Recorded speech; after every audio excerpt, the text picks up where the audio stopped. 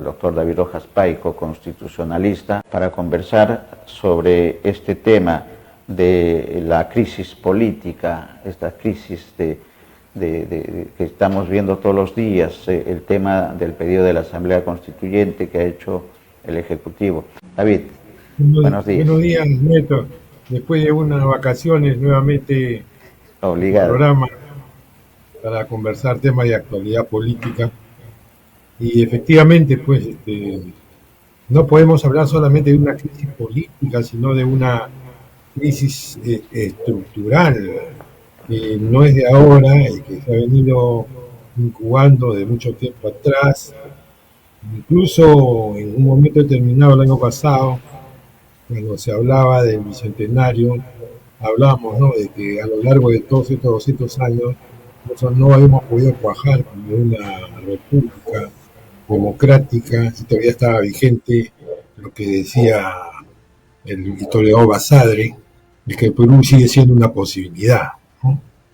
Y actualmente algunos historiadores, porque en este caso tenemos que apelar a la historia, que es la que nos marca el derrotero de cómo es que llegamos, ¿no? El historiador Antonio Zapata, que es profesor en la Universidad Católica sobre historia, él dice, ¿no?, de que ya estamos en una situación, hablando en forma metafórica, de una lancha que se está hundiendo y que ese hundimiento es inevitable y que tenemos que prepararnos para ese momento, ¿no? Un poco para describir la situación sobre la cual estamos nosotros atravesando. Y es que en esta crisis que se ha generalizado, lo que realmente se ve es lo que siempre hemos señalado, que hay dos Perús, ¿no? El Perú capitalino y el Perú de provincia. Y hay un abismo, sobre todo en el grado de desarrollo que hay entre la capital, con un centralismo acendrado, y el resto del país, ¿no? El día de hoy, por ejemplo, disculpen, nos enteramos que en las Bambas ha habido represión, probablemente habrá muertos y heridos, y eso definitivamente nos da una lectura, ¿no?, de que hay un conflicto social muy agudizado, que va a ser difícil que salgamos de ahí de alguna manera inmediata. Por otro lado, paralelamente a ello, se comienza a hablar de que se vayan todos, que haya nuevas elecciones generales, que estamos atravesando un momento constituyente, ¿no?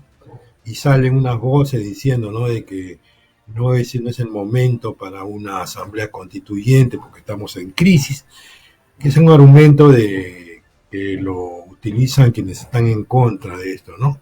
Pero cuando revisamos históricamente nuestra historia, vamos a darnos cuenta, ¿no?, que justamente son las crisis y las revueltas sociales las que han generado nuevas constituciones. O sea, lo que afirman los defensores de no entrar a un proceso constituyente se desdice con lo que la historia nos señala, tanto a nivel de internacional como nacional, ¿no? Nosotros, por ejemplo, si hacemos un análisis histórico de cómo nace el Perú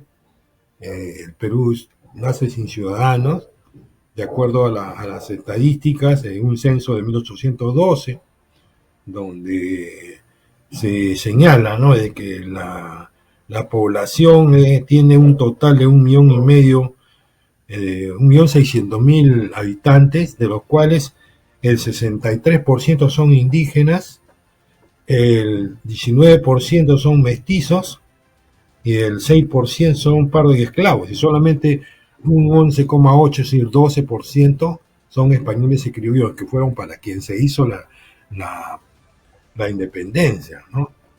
Copiando un modelo de régimen democrático que en la actualidad debe existir con partidos realmente que funcionan como tales. Y justamente esa es una de las gran tragedias. Justamente acabamos de escuchar al doctor que ha antecedido al uso de la palabra, donde se da cuenta pues de que las reglas de juego se cambian de acuerdo a los intereses de quienes están en el Congreso, ¿no?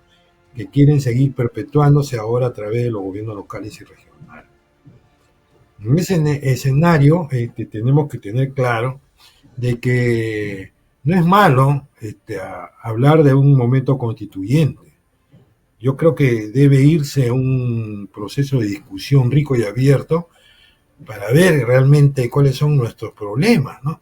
Y no debe eso asustarnos que va a ser virulento, violento, porque al final de cuentas, si han fallado los poderes institucionalizados, es el pueblo como soberano quien tiene que dar la solución, ¿no? Entonces, ¿por qué temer al pueblo que opine respecto a los problemas que se están dando? Porque la gente no es loca, o sea, los reclamos que hay en el sur, de los agricultores, en Tocache, en varias partes del Perú, donde hay una agudización de los conflictos sociales debido al alza de costo de vida, de la cual interviene también un factor externo que es la guerra de Ucrania, ¿no? Está generando un malestar de tal manera que si nosotros no vamos hacia un diálogo abierto, vamos a llegar a una conflagración social en nuestro país, ¿no? Y lo que se va a venir después de eso va a ser un autoritarismo fascistoide que va a vulnerar mucho más los derechos o los pocos derechos que nos quedan. Entonces, el panorama es bien sombrío. El panorama nos está dando una lectura de que debemos dialogar en respecto a los principales problemas que hay, ¿no? Ahora bien, ¿qué nos garantiza pues de que los interlocutores de este diálogo realmente lleguen a una conclusión? Yo pienso de que el pueblo, la población, la mayoría que es golpeada, tiene que organizarse, independientemente de los grupos políticos que están en el poder, porque es la única garantía de que ellos defiendan sus propios intereses. El pueblo organizado tiene necesariamente que exigir ese cambio de rumbo, tiene que exigir que se cumpla con aquello que se ha prometido, y cuando el pueblo se moviliza, se logran cosas, ¿no? Por ejemplo, en el caso de los ganaderos lecheros, ¿no? Que se organizaron y han podido lograr de que ya no se compre leche en polvo para el procesamiento de leche global, sino se les compre a los ganaderos leche fresca, ¿no? Y de tal manera que han conseguido un apoyo, o mejor dicho, un dispositivo legal que les garantiza a ellos que puedan vender su producto, ¿no?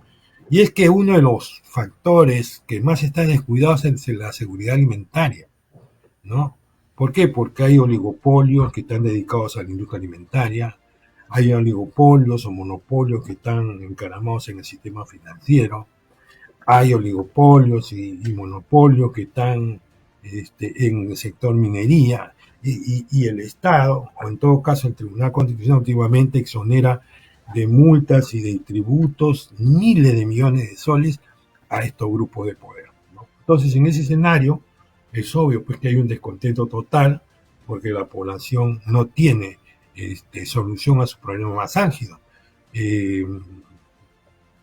Ernest Mandel señalaba de que en el siglo pasado de que los inversionistas en condiciones normales no quieren que el Estado participe en la economía porque es una economía libre y la oferta y la demanda es la que determina. Pero cuando hay época de crisis quieren que el Estado intervenga, pero para favorecer sus intereses. Y eso es lo que está pasando actualmente, ¿no? Yo creo de que existe un grupo de lobistas en el Congreso que están garantizando que los grupos de poder económico, que son los que más perciben ingresos, no paguen más impuestos, por ejemplo. Es algo que el propio Banco Mundial está recomendando, ¿no? Entonces, ese es el escenario, pues, mi estimado Néstor, dentro del cual nos estamos moviendo Claro, actualmente. la sociedad civil organizada tiene un papel, el acuerdo nacional tiene una responsabilidad y el Congreso de la República con un desprestigio del 80%, igual el Ejecutivo, para ser exactos en la apreciación, están también en esa línea. ¿Qué comentario a esta presentación de dos mociones de Perú Libre y de Podemos Perú y que el diario La República el día de hoy lo rebota? Le vamos a pedir a producción si nos puede poner el titular, en la que se señala que Perú Libre en el Congreso de la República y Podemos, la bancada de Podemos, solicitando adelanto de elecciones para el 2023. Eso puede solucionar, es una solución al grave problema de inestabilidad política, social y económica del país, David. A ver, primero tendría que aclarar el tema del acuerdo nacional, porque yo considero que el acuerdo nacional nace con la caída de Fujimori e impulsa 32 políticas públicas para modernizar la gestión del Estado, es decir, para hacer un Estado mucho más dinámico y de cara a la población.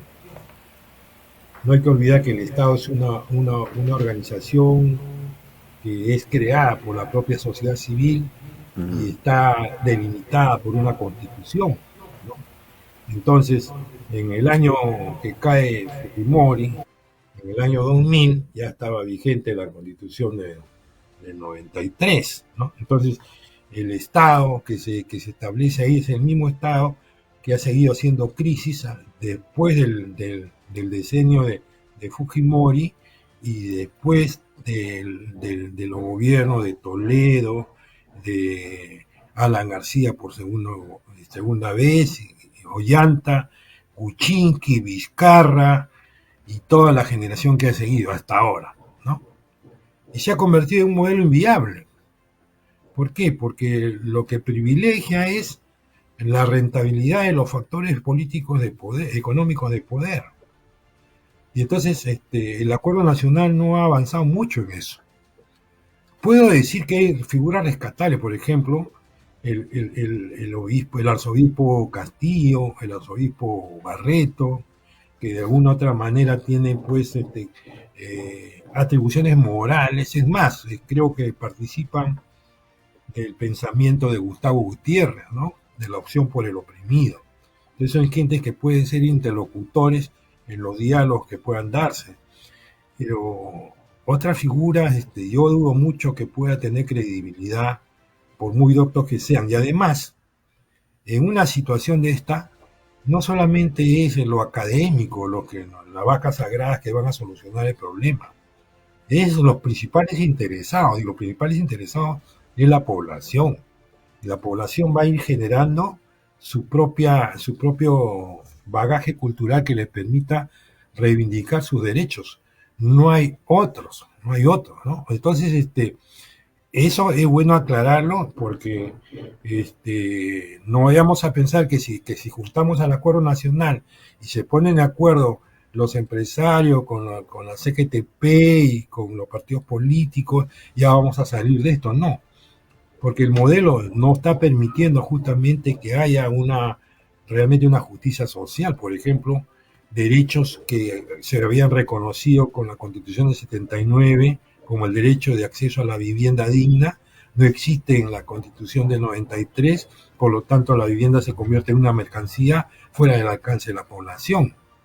El dar derecho al agua un carácter de derecho fundamental que incluso está dentro de lo que es la Agenda 2030, también es una situación que no se quiere reconocer, más bien al contrario, se está incentivando más la privatización del servicio de agua potable. Entonces son hechos concretos que el Acuerdo Nacional no ha hecho absolutamente nada. Por lo tanto, creo yo de que el tema central acá es que si hay diálogo, tiene que haber organizaciones de la población, de los ciudadanos, de los sectores democráticos que puedan ir hacia hacia una solución del problema. Y en ese sentido, estoy plenamente de acuerdo con lo que ha planteado Verónica Mendoza, en la medida de que se tienen que plantear tres niveles de solución del problema, ¿no? Un plan para las emergencias de primer orden, un plan de reformas para ver qué cosa es lo que hay que mejorar y un plan constituyente que será pues el que va a determinar cómo debe funcionar el Estado en el futuro. Y eso lo tiene que hacer el pueblo, porque las autoridades, los poderes públicos están en otra sintonía, están al margen de los intereses reales de la población. Ahora, con respecto al tema de los proyectos de ley y esas cosas, todos sabemos de que en el Congreso juegan su propio partido, pero a la hora de votar, por ejemplo, en el caso que estábamos escuchando hace poco, de conveniencia de los partidos políticos para poder postular en los gobiernos nacionales, más de lo mismo. Han exceptuado la reforma política. Los partidos políticos funcionan de acuerdo a como le da la gana, no se cumple con la ley de partidos políticos. ¿Qué tipo de democracia vamos a tener entonces ahí? Y no hay que olvidar el eje transversal que tiene el Estado, que es los altos niveles de corrupción que hay. Entonces, mientras que no se solucionen esos problemas y las reglas sean las mismas, los que salgan elegidos van a hacer lo mismo. Se vayan o no se vayan, haya elecciones generales o no. Va a ser lo mismo. ¿Por qué? Porque no cambia realmente la regla del juego. Ya cumplió, ya llegó a su límite, pero ¿cómo lograr la nueva constitución? Claro. El gobierno, a través de Castillo, ha planteado una consulta en las elecciones de octubre, que no se sabe tan bien cómo van, David, si las elecciones van a ser en octubre. Pero, sin embargo, regresando al tema de la consulta, un sí o no a la población, pero tiene que pasar por el Congreso de la República. ¿Cómo ves el futuro de esta propuesta del Ejecutivo de consulta para crear una asamblea constituyente? Yo no creo que el Congreso le dé luz verde, ¿no? Van a cumplir con el trámite, pasarlo a la Comisión de Constitución y ahí le van a dar vuelta a ese proyecto. ¿Por qué? Porque no les interesa, pues ellos no van a dejar el cargo así nomás, ¿no? Además, yo observo pues de que la presidenta del Congreso tiene pues también sus apetitos de ser presidente de la República, ¿no? De alguna manera también tiene sus intereses. No por algo se fue a España a conversar con grupos fascistas de Vox, ¿no? De Vox, perdón. Y entonces eso nos da una idea del tipo de ideología que maneja y del tipo de interés que defiende, ¿no? Por lo tanto, yo sigo pensando que la única garantía de que haya cambios es que el pueblo organizado comience a exigir realmente la defensa de sus derechos, ¿no? Y el pueblo es sabio, el pueblo es el eje del poder constituyente.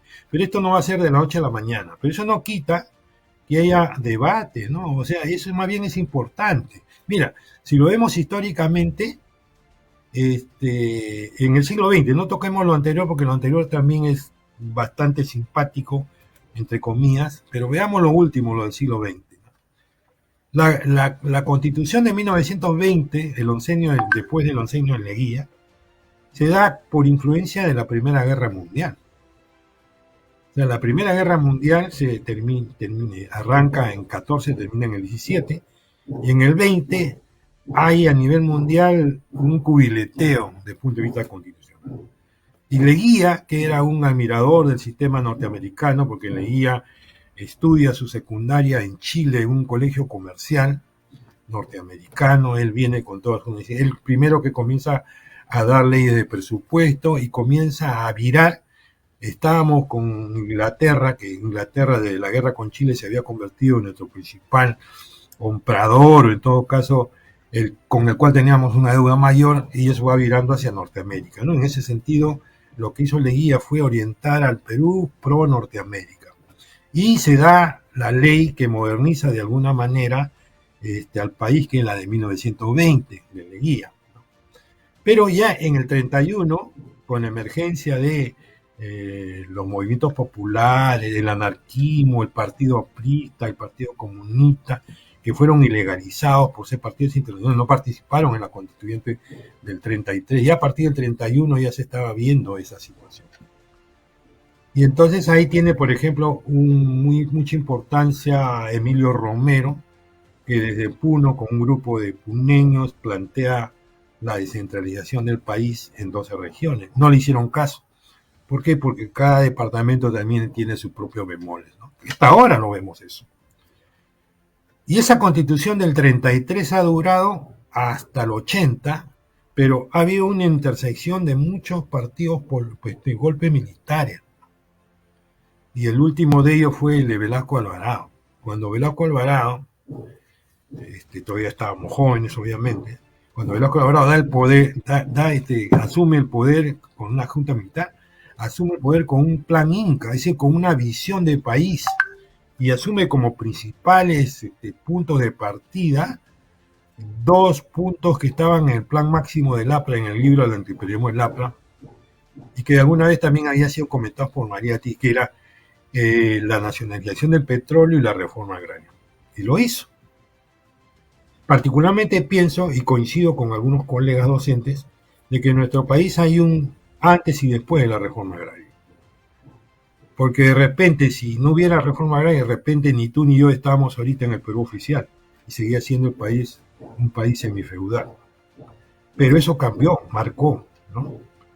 Y después ha venido pues ya el tema de la Constitución del 79, que fue producto del impulso de los paros nacionales, sobre todo el paro del 19 de julio del 77, para presionar a Morales Bermúdez, que había comenzado a desarmar todo el grupo de reformas que había hecho la primera etapa a cargo de Velasco.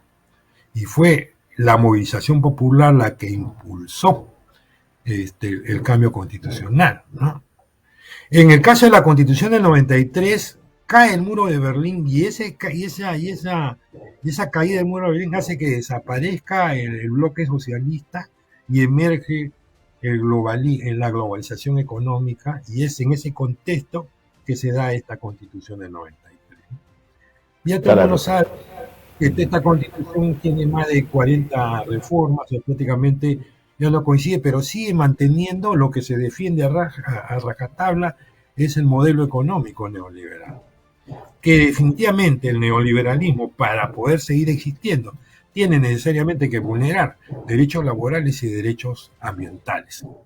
Entonces, eso es una fundamentación de por qué tenemos que dialogar para hacer cambios en la Constitución y por qué no entrar a un proceso constituyente que no va a ser en forma inmediata, porque hay que hacer primero planes de emergencia para solucionar los problemas ahorita en estos momentos. El problema de la alimentación, el problema de la generación de trabajo. Pero, ojo, que con esta Constitución esos problemas no se van a solucionar totalmente. Ya lo estamos viendo, ¿no? Por ejemplo, el tema de la tributación no está funcionando porque se ha dejado de lado lo que se planteó inicialmente, y por otro lado no se hace caso a la recomendación del Banco Mundial. Entonces eso nos da idea de que, como dice Antonio Zapata, la lancha puede hundirse y puede venir lo peor, ¿no? Pueden venir días aciagos y van a generar pues un tema de repente de emergencia de un gobierno dictatorial que va a vulnerar mucho más los derechos humanos. Esa es mi visión. Va a cumplir 30 años el próximo año de esta Constitución que ya llegó al límite, ya no da más. Y creo que esa es una buena reflexión, interesante la propuesta. Vamos a estar atentos a lo que ocurra en los próximos días con respecto al tema, pero una cosa sí es cierta, David, ¿no? En la parte final creo que así como en el 79 2 huelgas generales indefinidas obligaron a Francisco Morales Bermúdez a llamar a la Asamblea Constituyente, el escenario se está presentando en la misma línea Claro. del 79. Estaremos atentos entonces. Algo más, si hay algo más adelante. Hay que tener temor al diálogo, hay que tener temor al diálogo, hay que aperturar el diálogo, porque yo creo que en un diálogo la gente puede entenderse, ¿no? Bien, Muchas gracias por el espacio, mi estimado Néstor. Ya nos Gracias. estaremos comunicando próximamente. Sí, sí, Hasta sí, ahí. sabemos que ya las clases presenciales en la universidad ya se han reanudado, se han reiniciado y eso limita la participación, David, pero siempre estamos atentos a buscar los resquicios académicos para poder comentar estos temas de interés nacional. Gracias, David, un abrazo.